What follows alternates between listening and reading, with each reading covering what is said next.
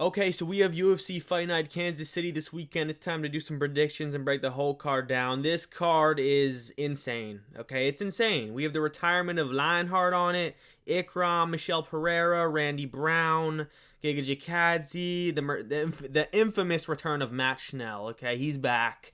Yeah, just an insane Fight Night card. We deserve this. Had a break week last week. So, yeah, we're back, and it's time to do some predictions. Let's start off with the first fight of the night. We've got Chelsea Chandler taking on Jocelyn Edwards, okay? Jocelyn Edwards is going to win this fight. My queen, my favorite female fighter on the roster for several reasons, okay? She's going to win this fight. She's just a better grappler. You know, she may get outstruck, but I don't think she's ever been knocked out. I don't even know if she's ever been finished in the UFC. Has lots of experience, way more experience than Chelsea Chandler. She's just better, okay? I do think she may get hurt in the first round early on because Chelsea Chandler is kind of a wildcat, kind of a wild gal, all right? She likes to throw random-ass strikes that really don't make much sense. No fluidness, like no brain thoughts. Like there's nothing thought out in her combos. She just marches forward and throws. She is kind of exciting, but I don't think she quite has the power or the cardio to actually put away and keep that ferociousness and output throughout the rest of the fight if she doesn't get an early finish. So I'm going to go Jocelyn Edwards here by decision or submission win. I could see a submission win in the third round, but no, I think the safe bet here is decision. These guys are kind of decision merchants. So, yeah, we're going to go Jocelyn Edwards here by decision. Next, we have Timothy Kawumba taking on Roberto Romero. All right, this is actually a really good fight. The last fight wasn't as entertaining, but this fight should be good, okay? Roberto Romero coming in his second UFC debut, all right? His second fight here. Had a good-ass showing against his first UFC fight against David Onama. Had a really good showing. Looked really good. Almost finished David Onama in the first round. You know, he kind of gassed and lost the second two rounds. Got grapple fucked pretty bad. Wasn't the best look, but he did look very good. He's very good offensive-wise. Got dropped and almost finished by David Onama in the second round, I think.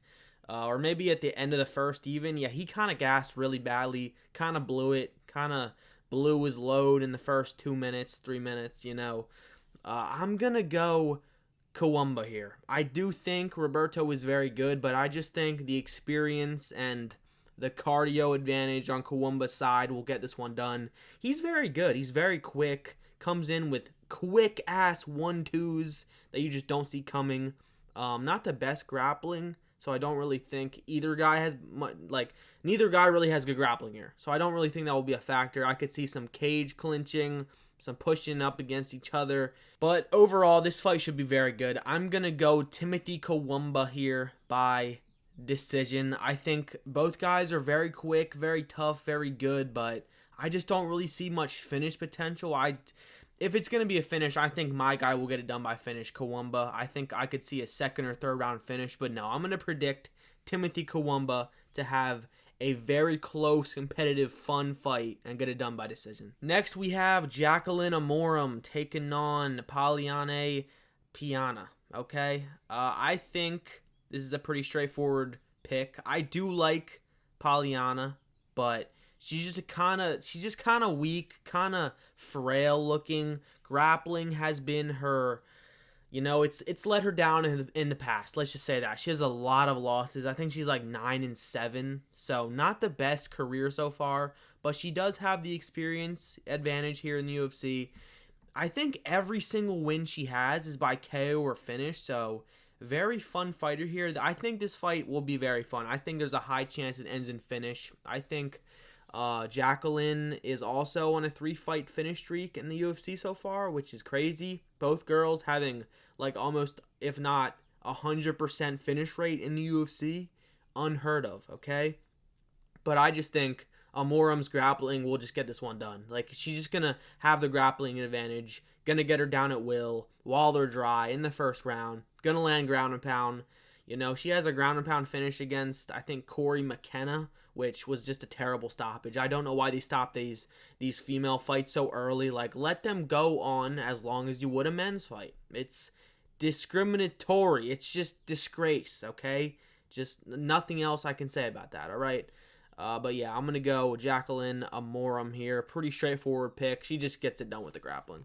Next, we have Malcolm Wellmaker taking on Cameron Simon, and this is a very good fight as well. Wellmaker making his UFC debut, while Cameron Simon's kind of on a like 2-fight loss streak after going on a really good run in the UFC. But I'm gonna go Wellmaker here. I just think Cameron Simon is too small and frail for the weight class. His defense is too dog shit. He comes in with his chin on the line. He's too retarded, all right? He fights like Dreykus, except it's actually at a weight class where people are quick and skillful, unlike middleweight.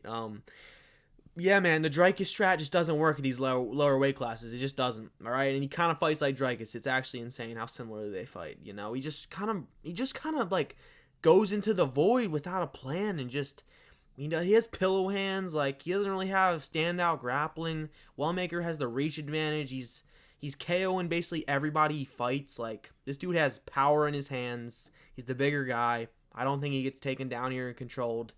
And I just think Cameron Simon's too hittable. Too hittable. Same problem with the Peyton Talbot fight. He was too hittable, and that loss has aged very badly in retrospect. You know? Not really, because he lost due to grappling, which Simon never would have won because of grappling. So, you know, I don't know. I'm going to pick Wellmaker here. I'm pretty sure it's a pick'em in the odds, which makes sense. But, yeah, I just think Wellmaker is the safer pick. Simon does have, obviously, a lot of UFC experience, which could help him here. He probably will have the better gas tank and has a better chance of winning a finish here. And he does have a good chin. You know, he does. So I could see a decision win for Cameron Simon here, but I'm going to pick a Wellmaker win by second round KO. I think he beats Simon up in the first and then gets it done by KO in the second. I also could see him just winning the first 2 rounds and then losing the third and winning by decision. Probably will be pretty competitive at times, but I think Wellmaker's power will just edge it out here for him. All right, I'm going to go Wellmaker here by second round KO. Next, we've got Damone Blackshear staying active as fuck. Just fought a couple weeks ago, beat Cody Gibson. Now he's back fighting Alatang Heli. Okay, I'm going to go Damone Blackshear here. Pretty sure he's a huge favorite. I don't really know. Doesn't matter. Alatang's not very good. Has pillow hands. You know, and you need power to beat Damone Blackshear here. He's very KO'able, very like chinny, but you know, Alatang just isn't that good of a grappler. He does have decent wrestling. Like, he does have ability to take people down, but if anything, taking him down here will just be like a threat on his side because he's going to get submitted. Damone Blackshear is a nasty submission artist, has good grappling as well. He's also an underrated striker. I like his kicks. I like his explosiveness. He's very athletic. I'm going to go Damone Blackshear here by submission in the second or third round. Next, we have Chris Gutierrez taking on John Castaneda. Rescheduled bout. This was supposed to happen, I believe, at UFC 313. Got canceled because John Castaneda's bum ass missed weight. I think for the second time in a row in fights, he's missed weight, and it got canceled this time. Fuck that. I'm not picking John Castaneda. He doesn't impress me in any aspect of MMA. He just doesn't. Like, he's a tough guy. He has some decent aging wins, I think. I don't even remember any of them, but from what I remember, he does have some decent wins. You know, he's pretty experienced in the UFC, but just has terrible cardio. Like, doesn't really have power. I'm not impressed by his grappling skills. Like, I'm just not really impressed by him. And Chris Gutierrez just has better wins, has more of them, has more experience. He's the bigger guy. He has the better gas tank. I don't think either guy here is really good. I can see this fight being pretty low output and plotty and boring. You know, I don't care, man. I'm going to go Chris Gutierrez here by decision. Next, we have Gage Young making his UFC debut, taking on Evan Elder. All right, Evan Elder's going to win this fight. He's just better. I think it's a pick'em. I don't think it should be a pick'em. I think Gage should be the underdog. He might be. Probably a decent underdog. He is KOing and submitting and finishing people. Like, he lost to what's the Australian guy's name who KO'd Jubilee? I forgot his name, but he did lose to him on the Contender Series, so not the best loss. And he went back, got a KO win, and now he's in the UFC. So, you know, good on the kid for not giving up and coming back and getting into UFC anyway. But yeah, I just don't really think he's like that good. I'm not like he has power, he has finishing ability, but Evan Elder does too. He's underrated, honestly. Evan Elder's pretty good. Not had the best UFC career so far. I think he's 2-2, coming off of a 2-fight win streak, I believe. He's good. Like he's actually really good. Maybe not the best grappling, but he's pretty athletic, fast, and powerful in the feet. I like his striking. I think he gets it done here by pretty competitive decision. I do think it will be more competitive than most people probably think, but nah, I'm going to pick Evan Elder here by decision. Next, we have the return of Matt Schnell. He baited us with that depressing-ass retirement, and now he's back. I'm glad he's back. I'm a fan of Matt Schnell. You know, I like the kid. He's actually underrated. He's pretty good. I mean, he has pillow hands. He is very submittable, you know, and I think he's going to lose this fight. I think Jimmy Flick, who he's fighting, I didn't mention that yet, he's going to fucking beat him, okay? I don't know how the betting gods have blessed you degenerate gamblers, including me, with these odds. He's a plus 200. Jimmy Flick, I repeat, red alert! Jimmy Flick is a plus 200. That is free fucking money. Matt Schnell is so submittable, which Jimmy Flick can submit people. He submitted a lot of people in the UFC. That's his thing, okay? He may not have the grappling, or he may not have the wrestling to back it up. You know, his takedowns aren't very good. He does pull guard at times, which is concerning. But Matt Schnell, man, he's not in a good place, man. His mindset is fucked. He was thinking about retiring. He fake retired on us. He announced it. Then he changed his mind. Like, he's just not in a good mindset for fighting right now. And I don't think he's going to win this fight. He's very chinnable. He's very submittable. He is underrated. He's a good boxer. He does have good wrestling, but I just can't pick him, man. I'm a fan of him. I hope he wins. I hope he proves me wrong and proves me wrong about it being free money to pick Jimmy Flick, but he's free money, man. Bet on Matt. Do this parlay, man. Carlos Prates, Jimmy Flick, and someone else. Pick another underdog. I don't know, but Carlos Prates and Jimmy Flick parlay, that shit is going to hit, brother. I promise, all right? I'm going to go Jimmy Flick here by finish. I'm going to say submission. I think he gets the submission win. If not, he gets a KO probably. Like, I was going to say decision, but no, I think if it goes to decision, Matt Schnell will win. So it's probably either finish here or Matt Schnell will just win on output. So I'm going to go Jimmy Flick here by submission. Next, we have Ikram Aliskerov taking on Andre Muniz. Okay, Andre Muniz coming off of a year-plus layoff. Hasn't fought since December of 2023, I believe. Not a good look. He was coming off of a pretty good win as well to Yusung Park, I believe his name is. Very impressive win. I think Yusung Park's very good. I don't know if that's his name. I think it is. The Iron Turtle. Okay, you know who that is. I'm going to go Ikram here. I was so close to picking Andre Muniz, but the big layoff, and dude, he got ground and pound finished by Paul Craig, okay? I'm not fucking picking you. I was honestly going to pick him here by submission, but once I saw that, you just don't have the toughness to submit Ikram, okay? And yeah. Ikram is he's probably not gonna KO him. I think this fight actually will be very boring because Andre Muniz is a very just wrestling dominant MMA fighter. He's just gonna shoot takedowns and push you up against the cage till he gets them. And I think Ikram here, he's a very good grappler. I don't know about wrestling wise, but offensively wrestling and offensive jiu-jitsu, he's very good. I don't really know about his defensive wrestling. I struggled to find tape on that, but I think he's good enough to not get taken down and submitted by Andre Muniz. And yeah, he's just going to land them more, he's just going to land them more damage. He's going to land more damage. He's going to be going for more damage. He's going to have the power in his hands advantage. Andre Muniz is a terrible striker. He's just not really capable of KOing anybody. I don't think he has a single KO win in the UFC. So yeah, if he wins this fight, it has to be by submission. He's like a plus 400 for a fucking reason. I was going to say the same thing, but Ikram getting KO'd by Robert Whittaker is not a good look. His first KO in 5 or 6 years from Rob. You know, it's Robert Whittaker, but getting KO'd by him in the first round is just, it's concerning.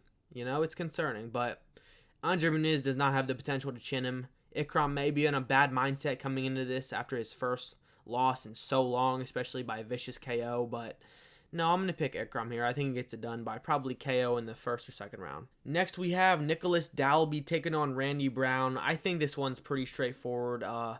Randy Brown's just going to outclass him, okay? I think it will be a decision. I think it'll be a very, dominant decision by Randy Brown. I don't see him getting the KO here. Dalby's very tough. He's a marauder. He marches forward. I do believe he could be, low-key a bad matchup style-wise for Randy Brown, who kind of likes to have everything be perfect in his fights. He is overwhelmable. You can overwhelm him and just override his brain and stress him out and just, win through bullshit that's happened before. But Randy Brown has lots of good wins, man. And his losses, the few that he does have, they're, to really good people, like JDM. And Brian Battle, which he won that fight. He beat Brian Battle. He won that. It was a robbery. He won on damage. So, yeah, I think Randy Brown just going to outrange him here, outbox him, outkick him. If it goes to the ground, I am a bit concerned, but Randy Brown's no slouch in the grappling. He's not terrible. Nicholas Dalby's pretty underrated. He's a vet. He's been here a while. Tough guy. Fucking marauder. But he just lacks the actual technical skill here, I believe. So, yeah, I'm going to go Randy Brown here by decision. Very dominant. Next, we have Abus Magomedov taking on Michel Pereira. Dude, this card's so stacked. This card's so stacked. We have Michel Pereira, who was just headlining an Apex card, now just on, the bottom of the card of this main card. Dude, this is a hype-ass fucking card. I'm so hyped. I'm going to go Abus. I'm actually going to pick Abus as an underdog here. I think he's a plus 150. Pretty good odds, I'd say. I think he can win this fight pretty easily. If he doesn't get KO'd in the first 2 or 3 minutes, I think he takes over. I think he wins with the grappling. I think Michel Pereira's gas tank is not as bad as we think, but I think grappling takes his gas out of him very fast. I think it fucks him up bad. And Abus is a very good grappler, man. I think if he doesn't get KO'd in the first 3 or 4 minutes, he's going to win easily. He's going to probably lose the first round on damage. Michel Pereira maybe won't be as wild and will try to actually go the distance maybe as in his mind. I'm actually going to try to damage him and think to not gas in the first round and think to ahead and be okay, maybe I'm not actually going to KO this guy highlight style in the first round. Maybe I actually will have to win on points. So I'm going to not believe that's how he's going to think, though. And I think he will go for his trusty, old, dandy, fucking just KO highlight streak reel in the first round, which he will not get every time, okay? I'm going to go Abus Magomedov here. Just take over with the grappling. And, yeah, he's not actually that chinny. He's really not that bad, okay? Coming off of a very good win against Bruno Ferreira, I believe. Yeah, that was a good win. Good finish. I'm going to go Abus here by decision. Next, we have the featured bout of Giga Chikadze taking on David Onama. All right, David Onama is going to win this fight. The Giga train is too old. Okay, he's just old. He's very inactive, losing most of his fights. I think he's 1-3 in his last 4, maybe 1-2 in his last 3. Yeah, he does have very impressive wins, really impressive wins. He KO'd, what's his name? The best kicker, Edson Barboza. He KO'd Edson Barboza. He KO'd someone else, I forget. He does have a very impressive resume, but those are all 5 years ago, man. I do think he actually did really good in his Arnold Allen fight. I do think you could have probably scored that for him. Maybe scored the first 2 rounds for Giga, but it was a very close fight. Too competitive for my liking. And, Arnold Allen is not a bad guy to lose to or have a competitive fight with, but I just think Giga Chikadze's too old, injury prone, inactive, and David Onama is very good, okay? Unless he gets head kick KO'd here, I think he's just going to win on output, I don't really see him KOing Giga. He's very tough. I could see a decision here. Pretty competitive, but competitive in the first round, and then Giga's just going to be a little too gassed. His kicks won't be as fast or damaging. I do think Onama is, kicks are a weak point of his. I've seen him get hurt by Roberto Romero's calf kicks really badly in the first round, but I just think David Onama has the youth, has the momentum. He's very good. He's a good striker. I don't really know about either guy's grappling. I don't think it's really anything stand out. I think if anything, David Onama will be the one getting Giga down, if anything. So that just helps my argument even more. Yeah, I'm going to go David Onama here by decision. Next we have Lionheart. Anthony Lionheart Smith taking on Zhang Minyang. Okay? Like, I don't even have to do this one. Zhang Minyang is going to knock him out. It's going to be depressing. It's going to be a terribly depressing bullshit retirement. This should not be his retirement fight. It should have been someone like a vet. It should have been someone on his level. Like, I don't know, someone else. Just, dude, why this crazy young powerhouse of a unit who's just going to march forward and concuss Anthony and not give him, like, he's literally going to take the ability of him to give a good post-fight speech, retirement speech, away. Like, he's going to take it away from him. He's not going to let him do it because he's going to concuss him. He may not even be able to give a speech. He could knock him out bad, bro. Like, I do think he's probably pretty overrated, Zhang Minyang, but he's good enough to KO Lionheart, okay? Could I see a crafty submission by Lionheart, or maybe crafty little survive the first round and then beat a gas Zhang Minyang in the second two? Maybe, man. You never know. But I just don't think Lionheart's in a good mindset anymore. You know, in his last fight, he lost his coach. He's just not really in a good mindset. He's skinny fat in every fight he goes into.